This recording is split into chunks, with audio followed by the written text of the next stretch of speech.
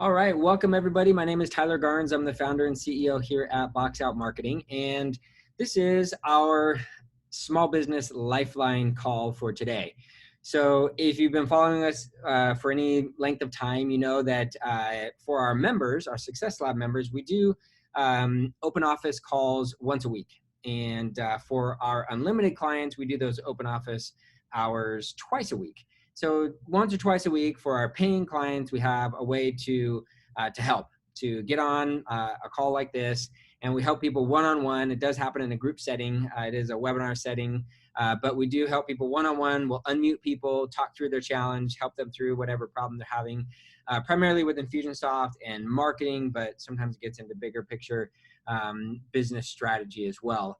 So when the whole COVID-19 pandemic thing started, we decided to open up those calls to not just anyone who was not a client, but also to start doing them daily. So we've been doing them daily for, I think, a month or a little over a month now. And it's been great. It's been a really, really awesome thing for us and our team. Hopefully it's been helpful to you as well, as you've been able to get on with us and get help with Infusionsoft and with your marketing and things like that. This week, one of the things that we want to do, in addition to taking some of your questions and helping you out with the things that you guys are struggling with, is we want to do some education on marketing strategy. Why marketing strategy? Well, we're finding this has been something I've been aware of for a long, long time, but even more so recently, as we help people on these calls, as we work with our clients in our Unlimited Factory program, we find that the lack of understanding of fundamental strategy is really what's holding people back. It's not the specific campaign tactics. It's not, the copywriting. It's not all these other things that we tend to think are holding us back. It's usually fundamental marketing strategy. And we're going to get into why that's the case, why we all struggle with marketing strategy. There's some real clear reasons why. But for the next 4 days, today, Tuesday, Wednesday, Thursday, this week, we're going to spend the first 15 to 25 minutes or so diving deep into some of this strategy stuff and teaching you guys some of the fundamental rules around strategy before we get into handling your questions and helping you out with the things that you guys need help with. I think that going through some of this strategy stuff will really help clarify a few things in your head and help you understand your approach to Infusionsoft and to marketing automation and your marketing strategy much, much better. So let's get right into this. I'm going to go ahead and share my screen.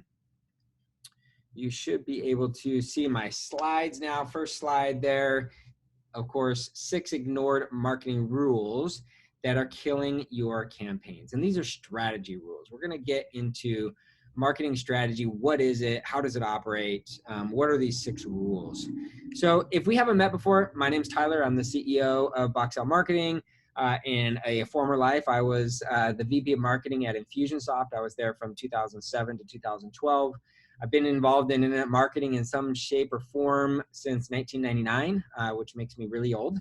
And I've worked with and for many of the big internet marketers out there, the experts out there that you're aware of. And it's been my privilege to learn from them and to be able to help them with Infusionsoft and with their marketing and things like that. So with that short preamble, let's just get right into this here. The problem is that small businesses fail at an alarmingly high rate. If you actually look at the statistics, it's really scary. When you think about what it takes to start a business, you leave the security of a job, you put all your life savings into a business. There's a lot of risk that's involved, and the numbers are scary. A lot of businesses fail. And the other problem is businesses that don't fail are often a failure for the business owner. They're often very, very painful.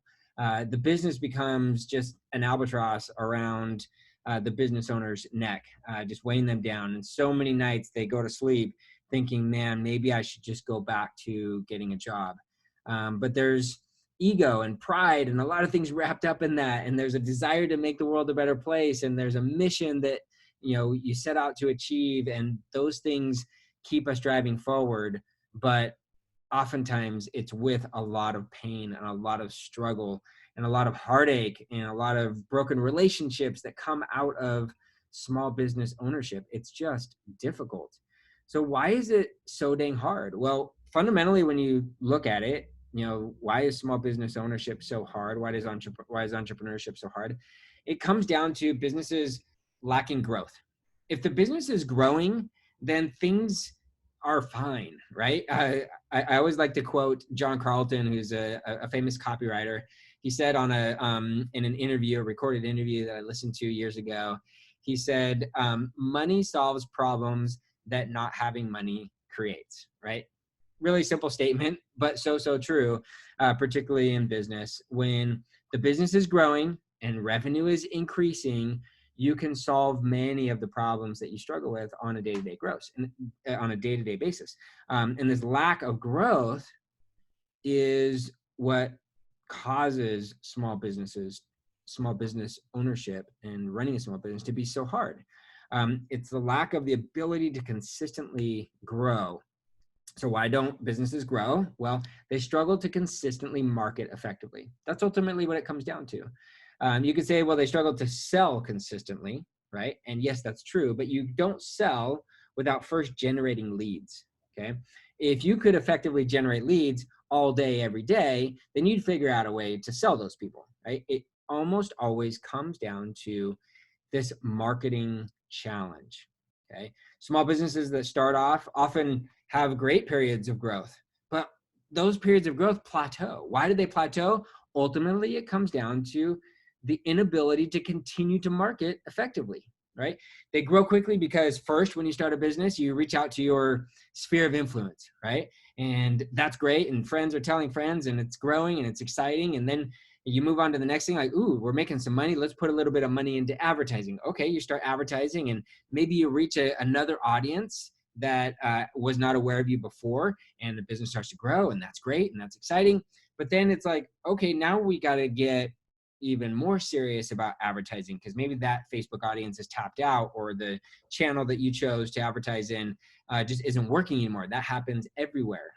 So now what do you do? Well, we never really figured out the advertising game because what happened probably was just happenstance, or it just happened to work with people that semi knew about us and things like that. So this happens in every business. You get to a point where, okay, all of a sudden we got to get our big boy marketing pants on or big girl marketing pants on, and we just don't know what those are, right? And you start having serious doubts and serious questions about the future of this business. It ultimately comes down to marketing. So why do we all struggle with marketing? Well, it's lots of reasons. First, let me just invite you to hop in the chat real quick and let me know if any of this is sounding familiar. If I'm just way off base, so I'm off in a whole nother world, then tell me. We'll cancel this. We'll just get straight to your questions and your challenges today. But I'd love to hear if any of this is even sounding familiar to you guys. And let me ask this specific question. What part of marketing is hardest for you? Where have you run into those plateaus or those challenges? Has it been, trying to grow with advertising? Is it trying to get referrals going? Is it launching campaigns that seem to just fall flat for some reason? People just aren't responding to the campaigns that you think are great. Is it the automation and all this technology? I don't know. I'd love to hear what you guys feel like you struggle with. Okay. All right. So why do small businesses struggle with marketing? First is we as small business owners are not marketers, right? That's just fundamentally true. Most people start a small business because they're passionate about their industry, about what they do. I'm super passionate about fitness, and so I start a fitness facility. I'm super passionate about surfing. That's me, right? I would love to own a surf shop. That would be like the dream of my life, right? To own a surf shop and just talk surfing all day long. Well, if that's me, then I'm probably really good at shaping surfboards, or I'm really good at, selling surfboards, or I'm really like into that industry, but I'm not necessarily a marketer, right? So that's fundamental problem number one. The other thing is we just don't have time to do marketing well and consistently, right? As a small business owner, you and I both, I'm in the same boat. We are dang busy, right? You are wearing 21 different hats. You're fighting fires. You're training employees. You are dealing with clients. You're trying to sell new clients. You've got so many things going on every day. meanwhile trying to maintain, peace at home with the family and kids and whatever else you got going on in your life, trying to stay healthy and exercise and eat right and all those things. Where is the time to actually develop good marketing and do it consistently? We might do it in spurts. Cash is low, we need some revenue, we spin up a campaign, we run it, we bring in some cash, we can breathe for a sec, but then the whole cycle starts over again. And anyways, let me just get to your guys's comments here, where you guys are getting stuck. Generating leads, automated follow-up systems. It's hard to be consistent with marketing. I think that comment came in before I even had this bullet point up. I've struggled with visibility on a larger scale with people who know and love me. Yep. Getting referrals, good conversion offers, and Facebook ads. Yeah, just getting the whole thing to work, right? How do I get the ad in front of the right people who click on it, who then opt in, who then convert into a paying customer? Another one here, weak lead generation systems and poor traffic, less than effective campaigns. Yeah, these are all the same things that we all deal with. Here's the next problem, is that we're lied to all the time. And I'm going to say this with a little bit of, I don't know what the right word, a little bit of caution, not caution, a little bit of hesitancy, that usually this is unintentional. Most people who are lying to you are not trying to lie to you. They may be just as blind as you, but I promise you they're lying to you. And I'm going to explain this here in just a moment. They're not trying to pull one over on you. They're not trying to just take your money and run most of the time, but you are being lied to. And so let's take a look at some of these things.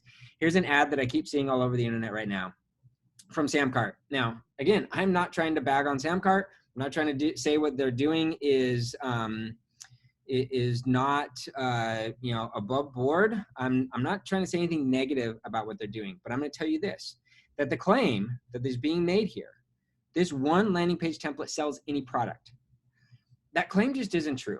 I don't care what that landing page template looks like. You cannot sell any product with a landing page template. That does not solve all the fundamental marketing problems that you might have. I'm going to show you a few of these things, and I'm going to get into why. Why are they saying this, and why does it screw us up? Okay. Next, Russell Brunson. Now, I'm actually a Russell Brunson fan, kind of. I don't appreciate some of the ways that he markets, but look, it's very effective. And I've actually purchased some of his products. I've read some of his books. They're very good. I've gone through his perfect webinar program. It's very good. He does some great training. But again, the life you want, the marriage you want, the family that you want is going to be fueled by the business you build. I am sorry, but the business that I build does not solve my marriage problems, doesn't solve my family problems, doesn't make my life better if I'm a terrible person, right? It just doesn't, okay? Here's lower down on that page. Do you want to grow your business online, but you have no idea where to start? Look, if I have no idea where to start, I got bigger problems than just a funnel, okay? If I have no idea where to start, I need to develop a product. I need to identify my market. I need to identify how I'm going to reach my target market. I've got fundamental problems that a little magic funnel is not going to solve, okay? Ryan Dice, many of you guys know we are digital marketer certified partners. I love what Digital Marketer teaches. They have some great education. I believe the best education on the market. But again, let's look here. Here is the claim. Let's craft an automated selling machine that consistently converts leads into red hot buyers literally while you sleep. Again, that is a great claim, but it's not necessarily going to be true for every business, okay? Here's Opt-in Monster. Webinar Marketing 101, how to sell anything with webinars. Again, I'm sorry, but you just can't sell anything with webinars. Some things require a face-to-face conversation, a consultative sale.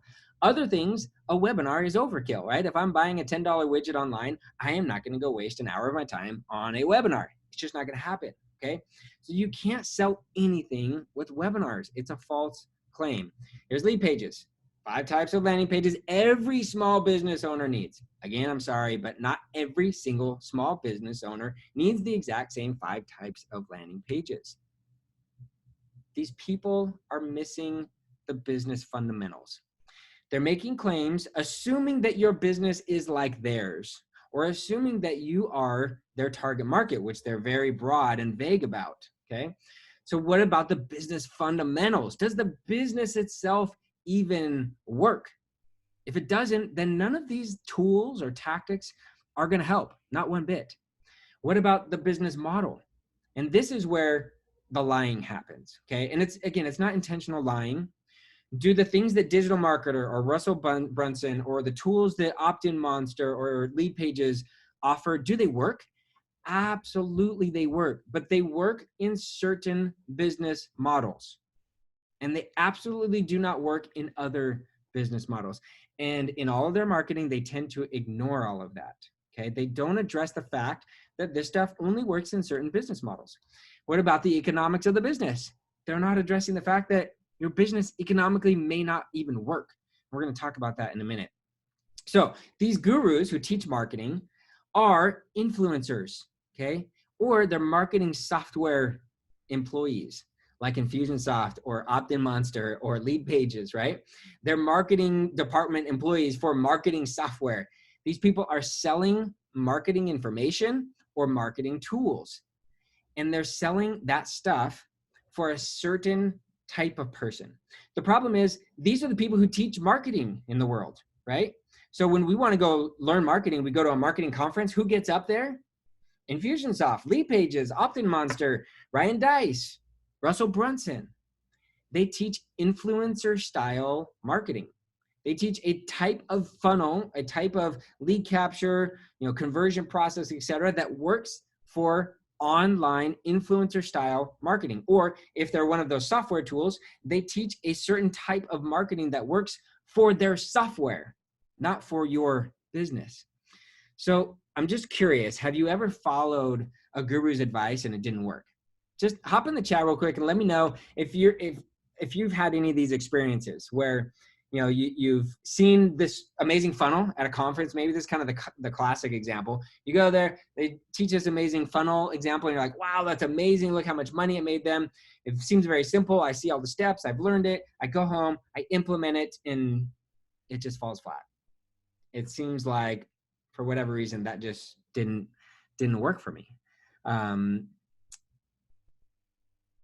So Chevelle says, I love this. It's so true. Automation and funnels don't solve fundamental business problems. Yeah, you're right. Allison says, I think about it and then say this does not work for me. They're not connected to my business. Yeah. Another one, I did it before and I've gotten much more cautious. Jonathan says, yes, I've modeled the VSL, video sales letter, from a guru and it didn't work. Another one, I spent a lot of money on a particular software. I won't call them out. And another particular software, no results. Here is why. The fundamental marketing strategy and approach needs to match your business model, okay? And we're going to get into that in detail here. So another question though, are we really that gullible, right? Is it so true that these people can just put this stuff out there and we just buy it up and we just fall into the trap? Okay. It sounds like they are sketchy and it sounds like we're stupid when you actually look at it this way, but it's not the case. It's not the case. Okay. They're not sketchy. I'm not telling you that they're purposefully lying to you.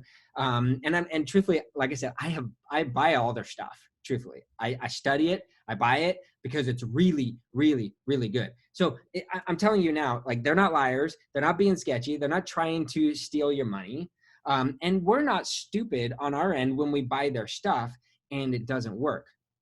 What it comes down to is we are desperate, right? As a business owner, you have so much pressure on your shoulders to make payroll, to take care of your family, to serve your clients, to make the world a better place. And it's not working right now and you're struggling and you don't know what to do. And so when someone offers you a shortcut, I want that shortcut and I want it to be super easy and I want the foolproof landing page and I want something that anyone can do and I want to be able to sell anything on my one-page website or my webinar and I want all of that stuff. I absolutely want it. I want it so bad that I'm willing to cough up the money and buy that thing and risk it, even though there's part of me in the back of my brain that says, I'm not sure if this is going to work in my business, but I really, really need that thing to work because I'm desperate. That is the state of a lot of us in small business. It's just the case. And when we're in that state and someone puts that little glimmer of hope out in front of us, the problem is it creates tunnel vision. We start to get really focused on that thing. It might be the VSL, like Jonathan was talking about. Oh, this video sales letter, it's amazing. I see the template, I see the format, I'm just gonna follow it and it's gonna work. And I get super focused, tunnel vision on that one thing because I believe that it's gonna solve all my problems. Or the webinar, or the particular one-page website that's gonna solve my problems. Whatever it is, we get tunnel vision and we get super focused on that one thing, and we tend to neglect the marketing fundamentals because we want it to be easy, we want it to be simple, and we really want that silver bullet. But this false hope derails us. It derails us from what we really should be looking at in the business fundamentals. So, like I said, for the next 4 days, I'm going to be going over these 6 ignored marketing rules that are killing your campaigns. Today, I'm just going to cover 2 of them.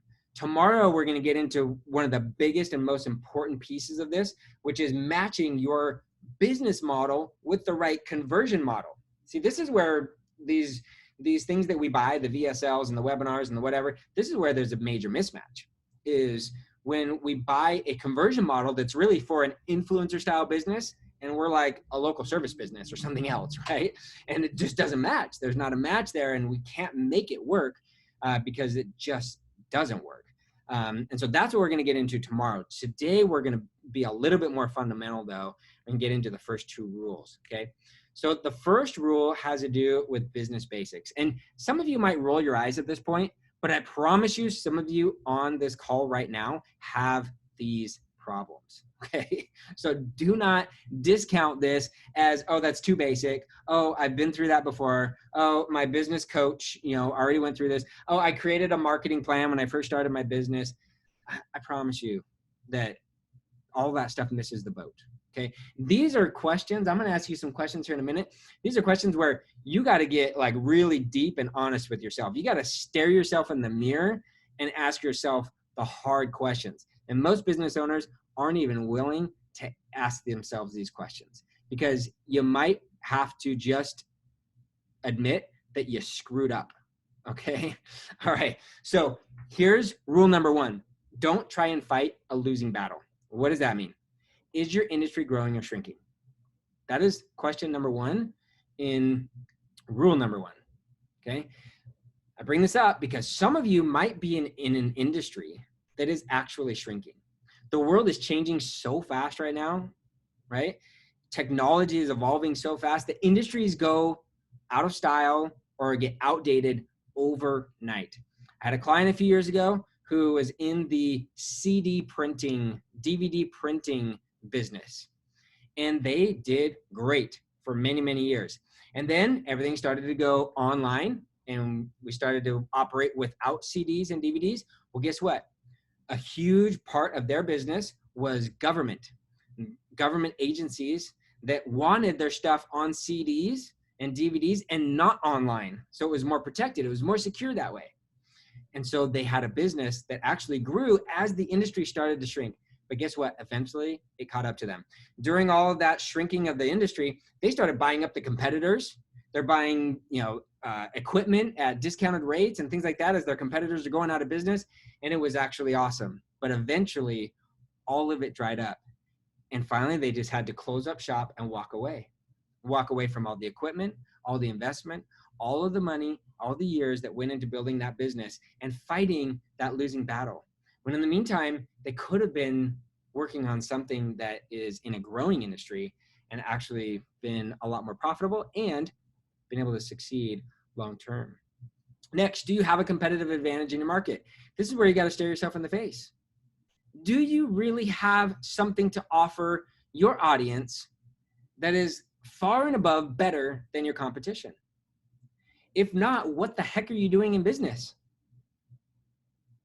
What are you doing? If you can't do it better or do it in an innovative way or save people money or do it faster, what are you doing? You're not creating a better place in the world for your customers and you're driving yourself and your loved ones completely mad. That's actually what's happening. Do you have a competitive advantage in your market? If not, it's time to go back to the drawing board. There is no sense buying video sales letter templates and webinar templates and creating funnels and building automation for something that's just not that exciting. You need to be fueled by what you're doing to make the world a better place, because you know that what you've got is better. That needs to fuel you, because if you don't have that fuel, you won't make it. You just won't, okay? And you need a way to be able to market what you have so that people come. People are attracted to it. They're not going to be attracted if you fundamentally don't have a competitive advantage. Okay. Now, this is something that in any marketing presentation at any conference, they're always going to go, okay, you got to highlight your competitive advantage. The copy has to highlight it, whatever, blah, blah, blah. You know, what makes you unique, etc. And it gets brushed off as something that everybody has. You just need to talk about it. Well, I'm here to tell you that not everybody has it. Not every business out there has a competitive advantage. And there's a decent chance that some of you who are on the call today don't have a competitive advantage in your market. And I'm not trying to be Debbie Downer here. I'm trying to help you either create that competitive advantage or realize that you got to go do something else, or you got to shift, you got to pivot, you got to do something, because all the marketing in the world will not solve the problem of not having any reason for someone to buy your product or service over someone else's. Okay. Lastly, for this one, do you have an easy or unique way of reaching your audience? You might be in a very fast growing industry. You might have a competitive advantage in your market, but if you can't easily get in front of your audience, you're screwed, okay? You gotta know how to do this. And this is one of the marketing problems that many of us wait until it's too late to figure out, right? We've got a business, we've got employees, we've got office overhead, we got all this stuff. We got this huge albatross around our neck, this huge weight on our shoulders. And then we realize, oh, I have a real hard time getting in front of our audience. I can't quite find them. I can't identify them online. I can't quite target them. We can't reach them.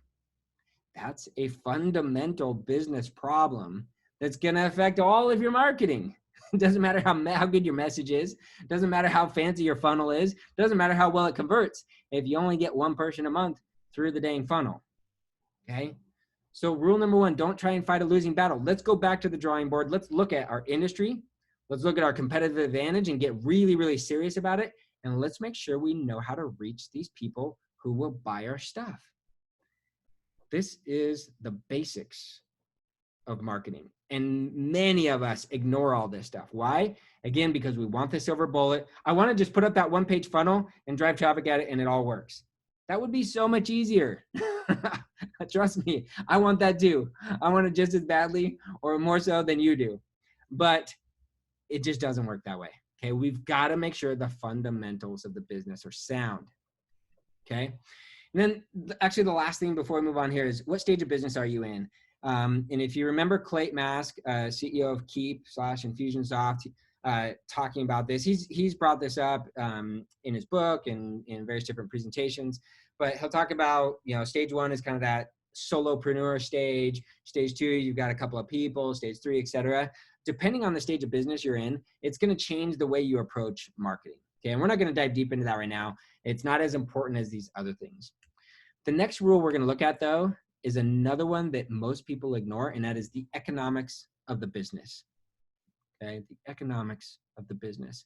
Most business owners that I interact with, when I sit down with them and talk to them about this stuff, have never even actually got out the spreadsheet and figured out this fundamental piece. Do the economics of the business work? It's rule number 2. The economics must work, okay? Is your product or service actually profitable? Okay, now don't get me wrong here. I'm not talking about, is it profitable the day you collect the money?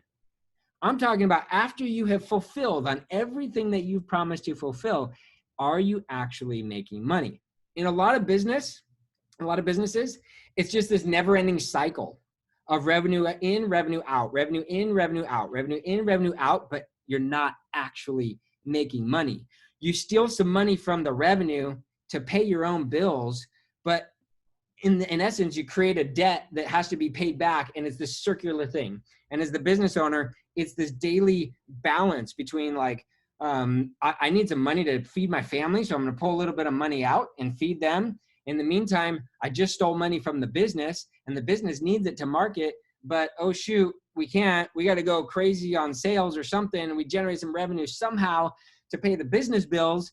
In the meantime, now my family's hungry again, and we're pulling money out again, and it never quite works.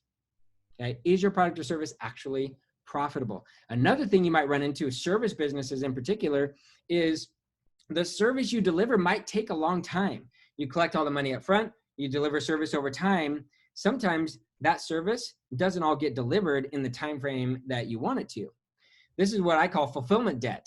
So although maybe you don't have debt on paper, you have what's called fulfillment debt. It piles up and it piles up and it piles up, okay? And now you've got all of this stuff that you still owe clients. You got to go fulfill for them. I know about this one personally because we had this problem years ago at Box Out. We sell really well, we market really well, we get all these clients, we got to fulfill for them, and then you get backed up and you get backed up and you get backed up. Well, the money that you're collecting pays today's bills, but tomorrow we got to fulfill on tomorrow's clients and today's clients because they're not all done, right? And that piles up, piles up, piles up, piles up. And that gets really, really hard to deal with. And so in the end, the service is not actually profitable, okay? Another really important question, as you scale, does it get more profitable? This is something we all forget. Service businesses in particular, now product businesses can deal with this too, but service businesses in particular struggle becoming more profitable as they scale. And in fact, they actually go the opposite direction. Why? Because if you have a service, then you have to have people to deliver the service. And when people deliver the service, you have to pay those people. And if you scale, and so now you have more people, well, now I need someone to manage all those people. So now I'm collecting the same amount of money. I didn't increase my prices, right? Collect the same amount of money. I got to pay the people that deliver the service, but I got to pay the people that manage those people that deliver the service. And so as I scale and I get bigger and bigger and bigger, I got more and more layers in between, and I got bigger office and I got bigger overhead and all that kind of stuff. It gets less and less profitable over time. You have to solve that fundamental economic problem in your business if you think you're going to go market and scale and grow your business. Okay, if that doesn't work, if the economics don't work, your business is going to die. Okay, can you scale revenue and profits ahead of people? Okay, so can the business get more and more and more profitable before you hire another person, and then that person multiplies the work being done to make it more and more and more profitable, and then you hire another person, and then that person multiplies the work being done. Okay, this all comes down to systems and processes that allow people to multiply the efforts, not people to cost us more and more and more. Okay, I'm going to pause here. I hope this has brought some thoughts into your brain about what may be going on in your business. Again, we've got 6 rules to cover. I'm only covering these 2 today because I want to get to your questions and your challenges and whatever you're dealing with today to be able to help you guys.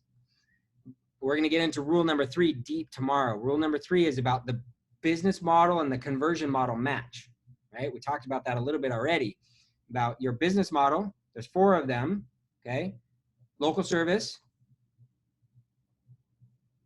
Uh-oh, something just changed in my Zoom. Hopefully you guys can still hear me. You got local service businesses, okay?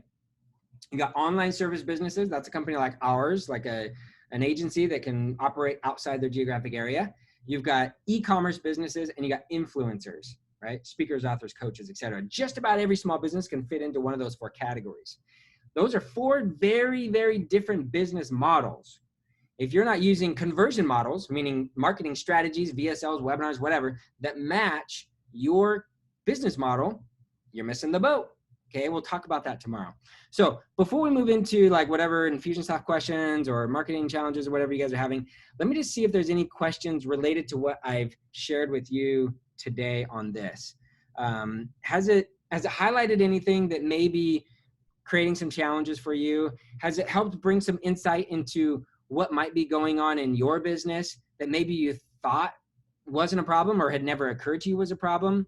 Or maybe have you realized a little bit more clearly now why funnels or websites or marketing campaigns or whatever may not have worked in the past?